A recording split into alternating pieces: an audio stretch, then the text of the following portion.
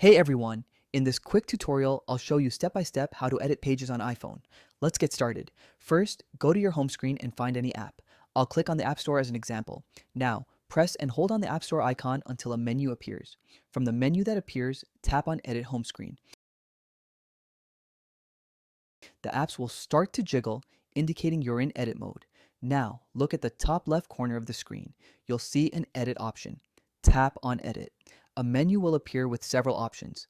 From the menu, tap on Edit Pages. This will show you all your home screen pages in a grid view. Here you can see all the pages you have on your iPhone. To hide a page, simply uncheck the circle below any page you don't want to see. The page will be hidden but not deleted. To show a page again, just check the circle below that page. Select or deselect the pages you want to keep or remove according to your preference. Once you're done editing, tap Done at the top right corner to save your changes. And that's it.